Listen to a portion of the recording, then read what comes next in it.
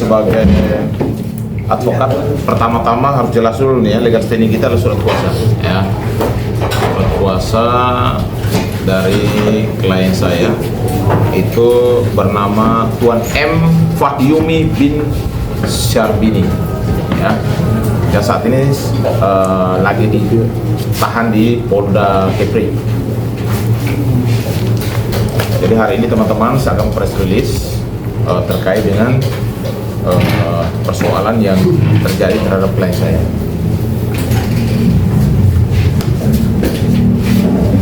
Jadi yang pertama bahwa selaku kuasa hukum Kapten KM Rizky Laut 4 Saudara MF atau di sini bernama lengkap adalah M. Fahyumi bin Syarbini ya. Klarifikasi terkait proses penangkapan, proses penyitaan, barang bukti, penetapan tersangka, dan penahanan yang dilakukan oleh tim Subdit 4 Tipiter tim Krimsus Polda Kepri pada tanggal 29 2005. Saya temukan banyak kejanggalan prosedural yang berpotensi mencederai hak-hak klien saya yang bertentangan dengan hukum positif yang berlaku.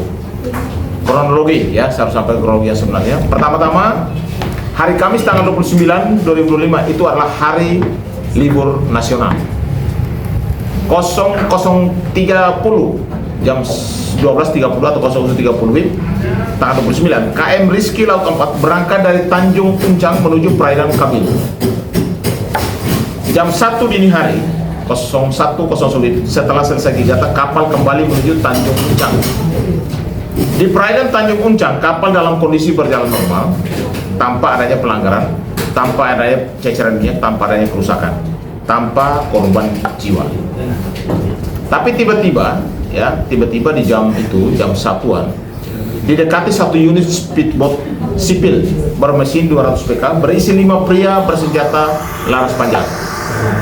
Tanpa menunjukkan surat perintah penangkapan atau surat tugas, mereka memanjat kapal dan menodongkan senjata kepada kru dan kapten seraya berteriak agar tidak bergerak. Dan HP awak kapal disita tanpa berita acara penyitaan.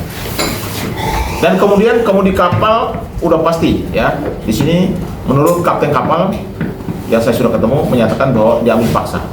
Dan jalurnya akhirnya karena waktu situasi air surut jam 3 pagi, kapal akhirnya melalui jalur dangkal sehingga kandas di pasir. Tidak terjadi kecelakaan, kerusakan, tumpahan minyak atau korban jiwa. Jam 11.30 ya, jam 11.30 di tanggal 30 KM Rizky Laut 4 tiba di dermaga Mako Port Airut Polda Kepri. 12.00 WIB 2 orang kru dan 1 kapten dibawa ke aula ya, aula Mako Port Airut. Jam 1 siang sampai dengan jam 1 dini hari 2 kru diperiksa di Subdit 4 Tipiter Krimsus Polda Kepri lalu dipulangkan ke Simpang MTC Sekupang. Kapten tetap ditahan ya. Surat penangkapan baru diserahkan ke istri setelah semua proses berjalan. Tanggal 30 Mei, tim Subdit 4 Tipiter Krimsus Polda Kepri menyedot BBM di kapal sebanyak 11.120 liter menggunakan 2 lori tangki. Berita acara penyitaan tanpa dihadiri kapten dan tanpa menitipkan barang bukti ke ruk Basan hanya disaksikan oleh 3 kru. BBM tersebut kemudian diketahui dititipkan ke gudang PT Rizky Barokah Madani atas permintaan tim Subdit 4. Tanggal 31 Mei, SPDP baru dikirim ke kejaksaan. Ya. Hal ini belum terverifikasi. Catatan di sini bahwa kapal tidak sedang dalam melakukan tindak pidana apapun, serta itu tidak ada minyak tumpah, tidak kandas, dan tidak ada korban jiwa. Ya. Seluruh HP awak kapal waktu itu disita secara sepihak tanpa berita acara penyitaan. Ya. Kemudian kapal diambil alih paksa oleh tim tersebut, lalu kapal diarahkan sesuai instruksi mereka. Saat itu kapal diarahkan lewat jalur dangkal hingga menabrak pasir dan kandas di jam 3 pagi akibat air surut. Tidak ada kerusakan berat, korban jiwa, dan insiden tersebut. Dalam hal tersebut ya, analisis hukum kami bahwa penangkapan tidak sah secara prosedural. Pasal 18 ayat 1 mewajibkan petugas memperlihatkan surat perintah penangkapan kepada tersangka. Penangkapan dilakukan kecuali tertangkap tangan. Dalam kasus ini tidak ada surat perintah di lokasi. tidak dalam keadaan tertangkap tangan karena kapal berjalan normal tanpa tumpahan minyak, korban dan pelanggaran hukum yang kasat mata. Jurisprudensi putusan Prapit nomor 32 Pit Prap garing 2013 PN Jakarta Selatan. Penangkapan tanpa surat perintah yang ditunjukkan di lokasi tanpa status tangkap tangan adalah tidak sah dan batal demi hukum. Penyitaan barang bukti HP BBM tanpa prosedural. Pasal 38 JO pasal 39 KUHP. Penyitaan wajib dengan surat perintah penyitaan, berita acara penyitaan yang ditandatangani petugas, tersangka dan 2 orang saksi. Fakta. HP waktu itu disita tanpa berita acara. BBM 11.120 liter disedot pada tanggal 30 Mei tanpa berita acara, tanpa kehadiran daripada kapten kapal dan tanpa penitipan resmi. Jurisprudensi putusan Prapit nomor 69 garing Pit garing Prap garing 2015 PN Jakarta Selatan. Penyitaan tanpa berita acara dan tanpa saksi adalah tidak sah. Barang bukti dinyatakan tidak sah menurut hukum. Ya. Penetapan tersangka dan penahanan di hari libur nasional. Pasal 17 KUHP mensyaratkan penangkapan dilaksanakan atas perintah pejabat berwenang kecuali tangkap tangan. Penetapan tersangka, penyidikan dan penahanan di hari libur nasional tanggal 29 Mei adalah hari libur nasional tanpa keadaan mendesak, bertentangan dengan asas hukum dan asas pidana kecuali tertangkap tangan, potensi melarikan diri, menghilangkan barang bukti, dan semua tahapan dilakukan di tanggal 29 ya, pas saat hari libur nasional. Saya jelaskan ya, ini adalah proses yang sangat cepat ya, yang dilakukan oleh tim Tipiter Subdit 4 Polda Kepri. Di tanggal 29 Mei itu penangkapan tanpa surat perintah di laut jam 1.00. 29 Mei juga penyitaan HP awak kapal tanpa berita acara. 29 Mei juga pengambilan alih kemudi kapal oleh petugas. 29 Mei pemeriksaan awal di Polda di Mako Polairut. 29 Mei pemeriksaan BAP 2 kru di Subdit 4 Tipiter. 29 Mei penetapan Kapten KM Rizky Laut 4 sebagai tersangka. 29 Mei penertiban surat perintah penahanan. 30 Mei penyedotan minyak di kapal sebanyak 11.120 liter ke lori tangki tanpa berita acara penyitaan. 30 Mei minyak dititipkan ke PT Rizky Baroka Madani tanpa surat perintah resmi. 31 Mei pengiriman SPDP kejaksaan ya, harusnya diwajibkan 7 hari kerja tapi masih dalam konfirmasi ya.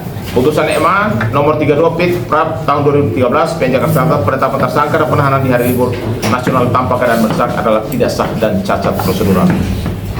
Yang di sini adalah tidak ada delik material dan saat penangkapan, delik pidana, perbuatan pidana, aktus reus, niat jahat mens rea. Dalam kronologi kapal berjalan normal, tidak ada tumpahan minyak, tidak ada korban, tidak ada kerusakan lingkungan, maka tidak terdapat aktus reus yang nyata di lokasi saat penangkapan. Putusan EMA nomor 94 PK garing P 2015, jika perbuatan pidana belum terjadi atau tidak dapat dibuktikan saat penangkapan, maka penetapan tersangka tidak sah secara hukum. Analisa tambahan fakta BAP dan pelanggaran hak tersangka. Ya, di sini ada beberapa contoh kasus. Yang pertama, ketidaksesuaian antara BAP dan fakta pemeriksaan. Itu nanti kami akan sampaikan ya dalam proses berikutnya. 2, konsekuensi hukum dan pemeriksaan tanpa pendampingan penasihat hukum. Dan ini konfirmasi bahwa klien saya pada saat pertemuan tadi pagi sama saya di tahanan bahwa dia tidak didampingi oleh penasihat hukum pada saat pemeriksaan, tetapi di dalam BAP dinyatakan ada pendampingan ya. Nah, ini masih nanti saya klarifikasi dulu bahwa putusan MK nomor 16 PUU Stat angka nomor 2010 menegaskan bahwa setiap tersangka berhak mendapatkan bantuan hukum sejak dini termasuk dalam tahap penyidikan, dan bila tidak diberikan maka alat bukti yang diperoleh menjadi tidak sah. Akibat hukumnya jelas ya. Dan yang berikut yang saya mau perlu sampaikan bahwa saya sudah melakukan investigasi dan juga penyelidikan di wilayah TKP bahwa kami menduga keras ada keterlibatan ya, ada oknum pejabat di dalam jaringan mafia minyak di wilayah Kepri.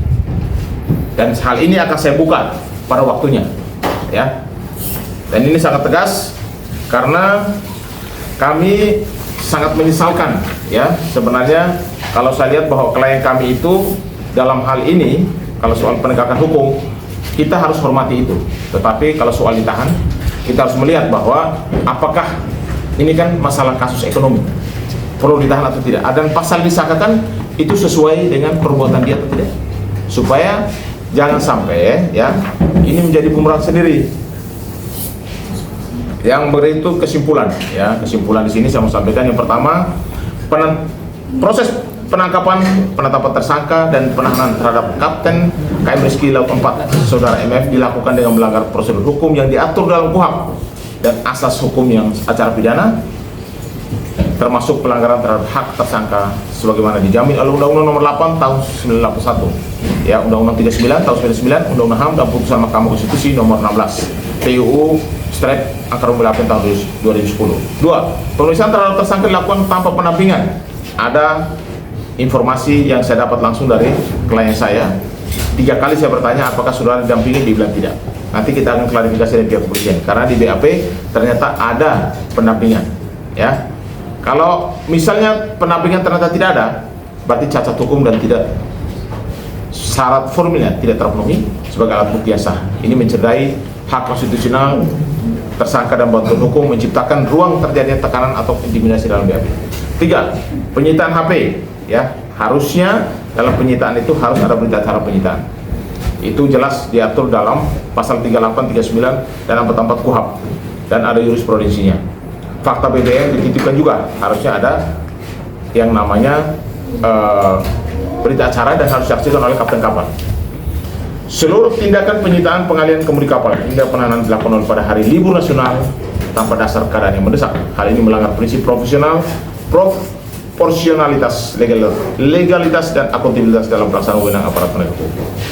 Dan yang saya di sini tetap tegaskan bahwa ada dugaan kuat ada pejabat di dalam jaringan mafia minyak di Kepulauan Riau dan ini harus tetap dilakukan penyelidikan, ya penyidikan.